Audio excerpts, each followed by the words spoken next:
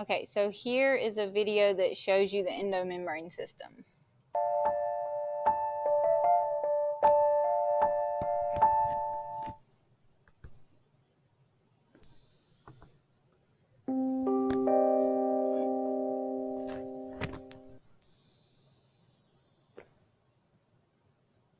It is important that translated proteins are delivered to their specific cellular location. To accomplish this, the protein is transferred through a series of membrane structures. A principal membrane component is the Golgi apparatus. The Golgi apparatus is the sorting organelle of the cell. Proteins from the rough endoplasmic reticulum are sent to the Golgi. As the proteins move through the Golgi apparatus, they are modified and packaged into vesicles. Because the Golgi apparatus receives proteins from one location and targets them for delivery to a second location, it is sometimes considered the post office of the cell. The Golgi apparatus consists of general components: the cis cisterna nearest the endoplasmic reticulum, or ER, the medial and trans cisternae, and the trans-Golgi network. Other key players in this process are the proteins being transported and the enzymes that modify them. Translated proteins are encapsulated in vesicles in the ER. A group of these vesicles fuse, and these fused vesicles form the cis cisterna. As the protein moves through the stack, it is modified by resident Golgi enzymes at specific locations in the apparatus. These modifications are important because they provide the signal that determines the final destination of the protein. So how does the protein move through the Golgi? Movement occurs in waves. First, the cis cisterna becomes part of the medial Golgi cisternae. Behind it, a new cis cisterna is formed by the fusion of vesicles from the ER. Meanwhile, one of the medial cisternae migrates and becomes the new trans cisterna. Collectively, this process is known as the cis maturation model.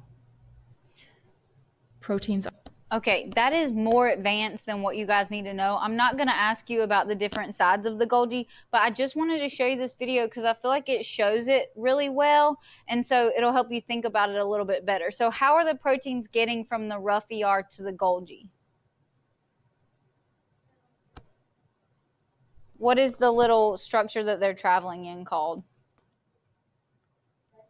Yeah, it travels in a vesicle, and then those vesicles actually fuse to form part of the Golgi. So they're going to go rough ER to Golgi in a vesicle.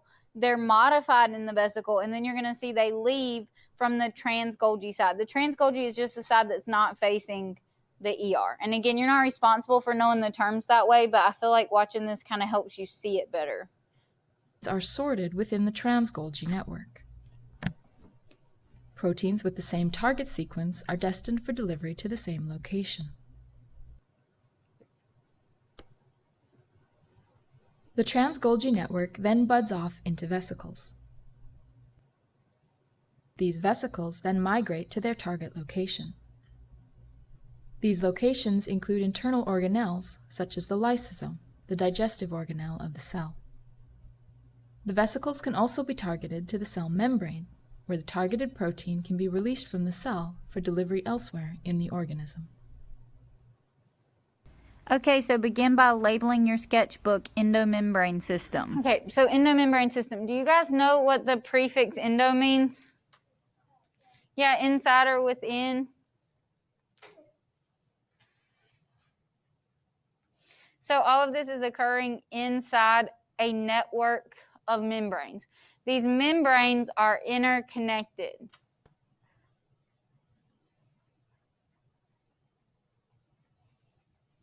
Okay, connected membranes. Okay, and they're a system because they're working together. And like I said, we're going to start in the nucleus, but what's really included in the system is the nuclear envelope, which is like the nuclear membrane. It's continuous with the rough ER. All right, and then you just saw in the video, it passes from the ER to the Golgi and vesicles. So traditionally, those are your organelles that are included. And I'm going to draw my nuclear envelope just like a semicircle.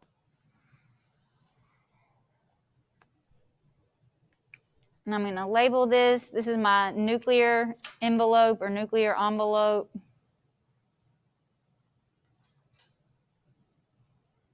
And then within it, I'm going to have DNA, the instructions for making a protein. And normally, like in a real picture, you would be able to see like chromosomes. There'd be a whole lot of DNA. But I'm just going to do one little strand of DNA, and I'm going to make it double-stranded.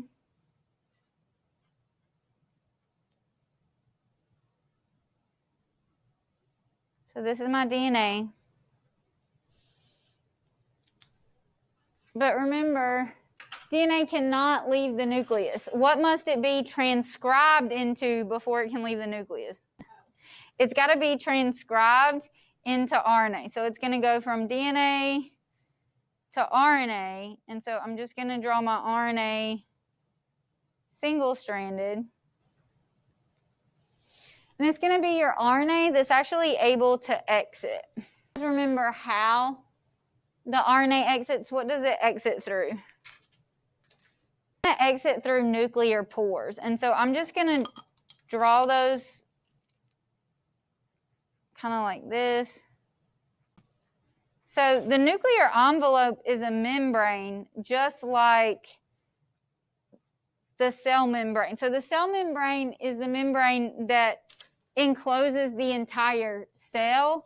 And then each organelle that has a membrane very similar to what you find on the outside of the cell. So it's going to have phospholipids. It's going to have channels like these nuclear pores. This RNA is going to exit through a nuclear pore. And I think I'm actually going to have that happen like up here to be able to space this a little bit better. I'm going to go through this pore.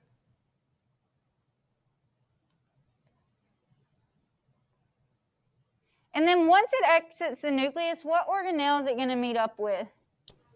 The ribosome. So the first thing that's going to happen is the ribosome is going to meet up with this newly exited RNA. So the RNA exits through a nuclear pore. And from there, it connects to the ribosome, and we are going to draw our ribosome. Okay. And it's actually two parts. And I'm going to draw my RNA like kind of snaking through it. That's how small they are? They're pretty small compared to the rest of the cell, yes. Here's the part that we don't teach you in regular biology. We kind of act like there's always ribosomes hanging out in the cytoplasm, and there's always ribosomes hanging out on the rough ER. But what really happens is where that ribosome goes is going to be dependent on what it's making. So one of the reasons we always talk about RNA can exit because it's small, like that's the reason it's able to exit through the nucleus. But the other reason you have to have RNA is the cell is not transcribing and making just one protein at a time. You need lots of proteins all the time. You need enzymes, transport proteins, cell receptors. So transcription is happening simultaneously inside the nucleus. There's a lot of proteins being made. And so every little segment of RNA is going to code for a different protein, and it's happening multiple times in the cell.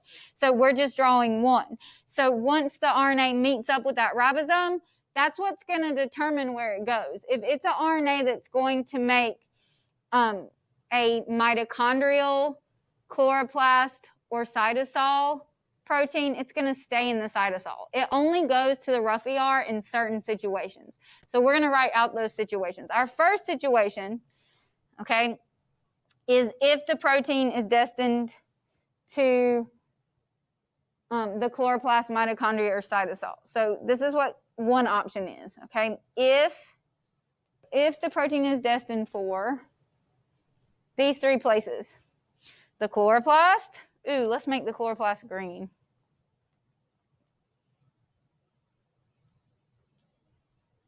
The mitochondria,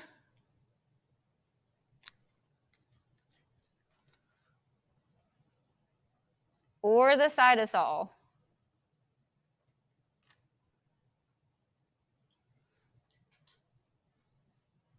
it's going to stay in the cytosol. And that's because there's not a lot of modification that's going to happen to those enzymes. What do the chloroplasts, and you might not remember this, but what do the chloroplasts and the mitochondria need proteins for? What do they have in common? Nay. The proteins are part of the electron transport chain. They need proteins for the electron transport chain. If you feel like you can abbreviate that ETC, go for it. I'm going to write it out. I'm also going to zoom in a little bit.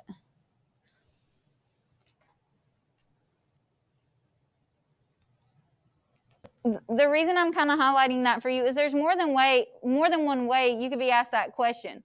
Where can you find a ribosome that's making proteins for the electron transport chain? In the cytosol. Where can you find a protein that's destined for the mitochondria or the chloroplast? In the cytosol. Okay, it can be described with the organelle that it's going to or with the function of that organelle.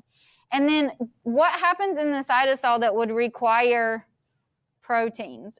Reactions happen, and what special type of protein is required for reactions? Enzymes. Okay, enzymes in the cytosol for biochemical reactions, a lot of metabolism happens just in the cytosol of the cell, so enzymes are needed. One of these organelles for destination, it's just going to stay in the cytosol. Okay, so this is one if. So you might want to draw an arrow. Okay, once we're bound to the ribosome, this is one possibility. Okay, but our other possibility is that it may go to the endomembrane system. It might go to the rough ER, but before I can draw it going there, I need to draw my rough ER. So let's do that now. And I'm very bad at drawing it, but oh my goodness, this is worse than yesterday. Okay, and in all reality, it would be bigger than that, but this is just kind of the space I have. Let me zoom out so you can see. Okay, but it is connected to my nucleus. And then the other thing that we don't talk about in regular bio is it's got, what I'm outlining is the hollow space. I'm actually going to do it in black. You have this like hollow space on the inside where a lot of this activity is happening.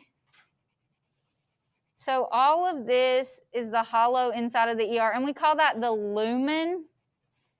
And there's also a lumen in the mitochondria.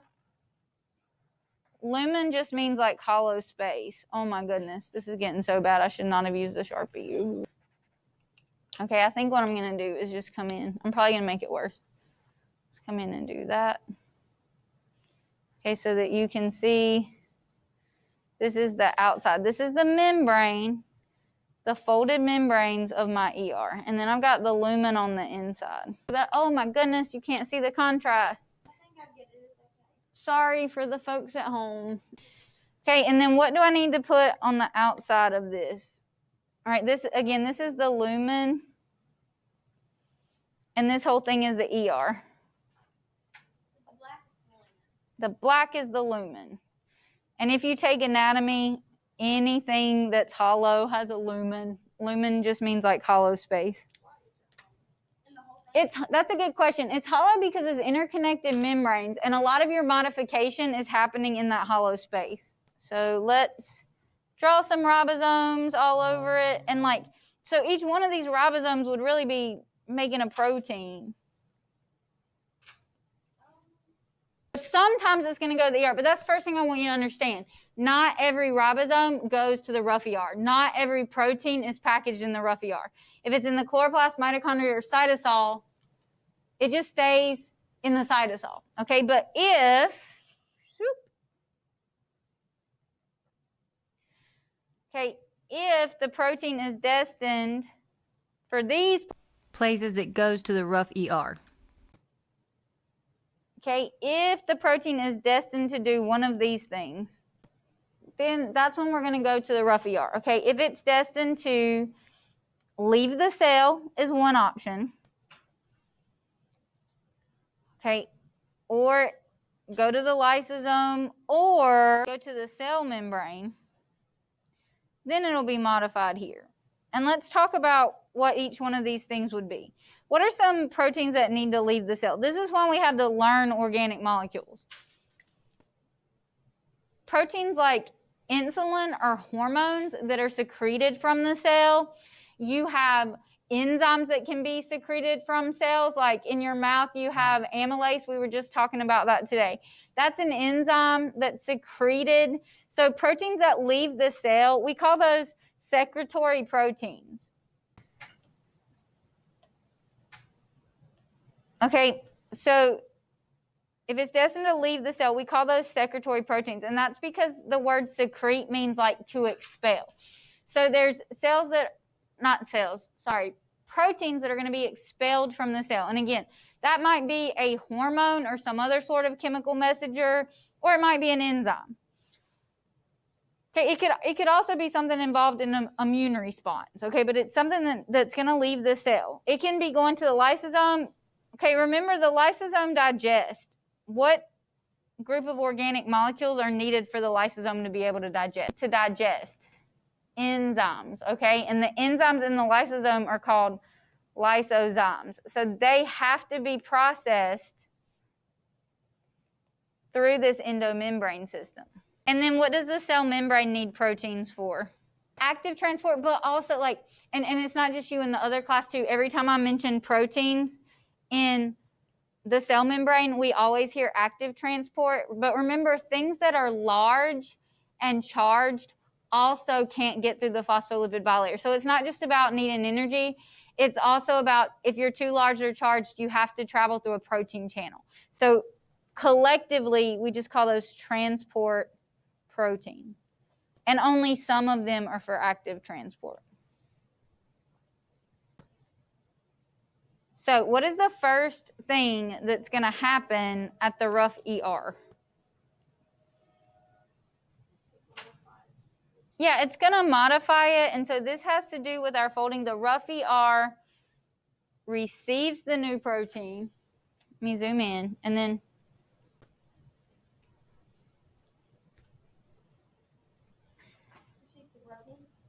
it receives it. And then it's going to enter the rough ER and modify it.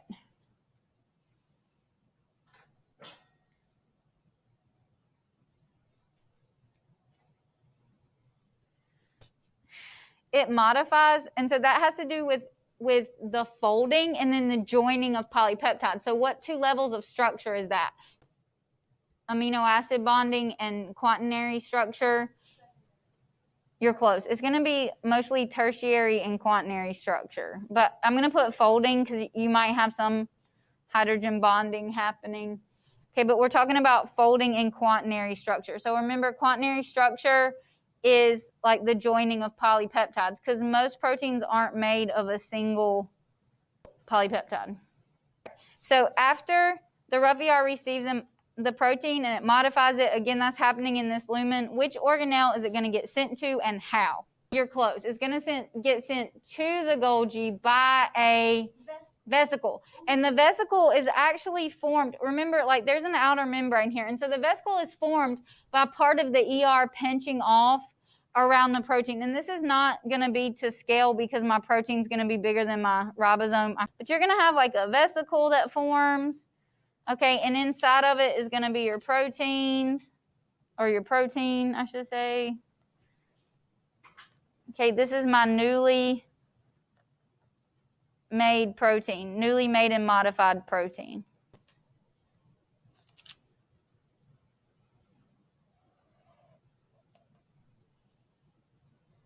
Okay, so what's happening here? This is step 2.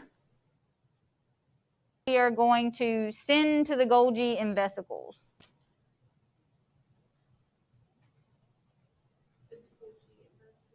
In a vesicle, yeah. You've got your Golgi just. Yes. Okay, you are watching it being sent to the Golgi, and you do have 3 sides. You wouldn't have to memorize this, but I'm going to label it in case you ever see it.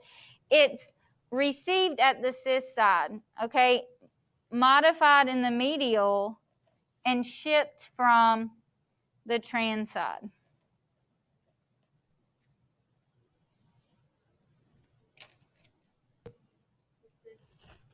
Oh, cis, medial, and trans. That's just like cis and trans are directional words. And so the cis side faces the rough ER and the trans side faces the membrane. Okay, and again, I'm going to have my little proteins in here. Okay, and they're going to enter and travel through. Okay, so when the Golgi, and the video talks about this, when the Golgi receives it, it's going to make some additional modifications, and those modifications are how the Golgi knows where to send it. So it's going to receive the vesicles.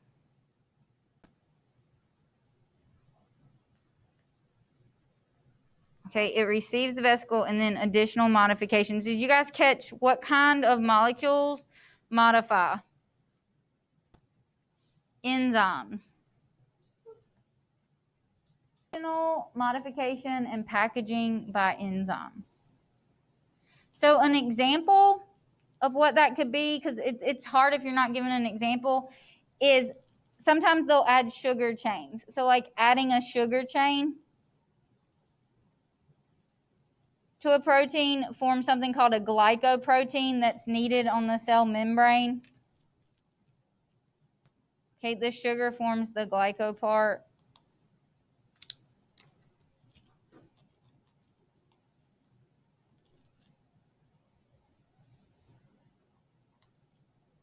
Okay, and that addition of the sugar signals the Golgi, okay, this is something that needs to be shipped off to the cell membrane. So those additional modifications that are made tell the Golgi where things need to be shipped. Okay, and then what's the last thing that has to happen from the trans side? Yeah, it's going to be shipped out. Okay, the Golgi ships vesicles, but there's several different places it can go. Okay, it can go to the cell membrane. So let's draw in a membrane just so we have a boundary to our cell. And I'm going to leave a little space over here, and I'll show you why in just a minute. Let me zoom out. Okay, I'm going to leave some space right here for a reason, but I'm just making a double layered membrane. Okay, but leave yourself a little space on one side. So one possible destination is the cell membrane.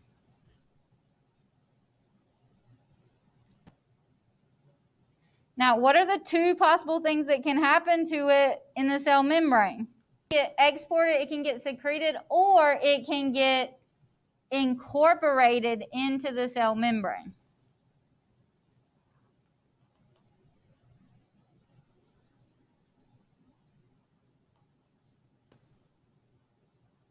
Okay, in which case it might become like a little transport protein, some kind of protein channel. Or it can be exported. How's it going to be exported? The vesicle actually fuses with, I should have drawn a vesicle, but you actually have like a vesicle that fuses with the membrane, and it's pushed out that way. So this is your vesicle, and it literally merges, because the vesicle is made of phospholipids, right? It's just a double layer. And the cell membrane is also made of phospholipids. So the vesicle literally fuses with the cell membrane. And when it does that, all the proteins just exit the cell. Okay, so this is secretory proteins.